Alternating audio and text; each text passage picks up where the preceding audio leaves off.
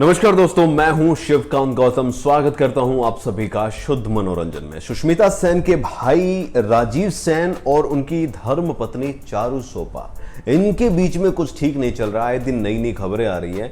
पहले राजीव सेन ने कहा था कि ऐसा कुछ भी नहीं है जो खबरें छप रही हैं, लेकिन अब खुलकर चीजें जो है सामने आ रही है। अलग रह रहे हैं दोनों। थोड़े दिन पहले शादी हुई थी और इनके अलग होने की वजह भी अब सामने आ गई है। दरअसल पहले ये कहा जा रहा था कि ऐसी क्या बात हो गई कि दोनों अलग हो गए, लेकिन अब चारू ने ये सारी बातें जो हैं वो सामने लाकर कर दी है।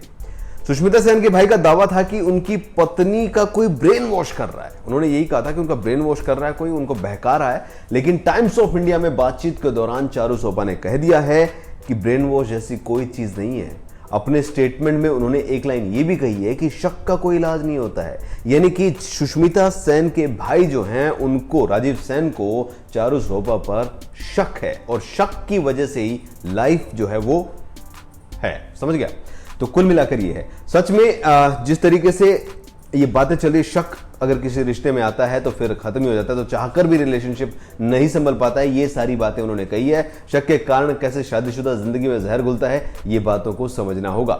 शादी की नींव ही विश्वास पर टिकी होती है, लेकिन यहां पर शक हो गया है और शक की वजह से सब कुछ खत्म सा होता नजर आ रहा है।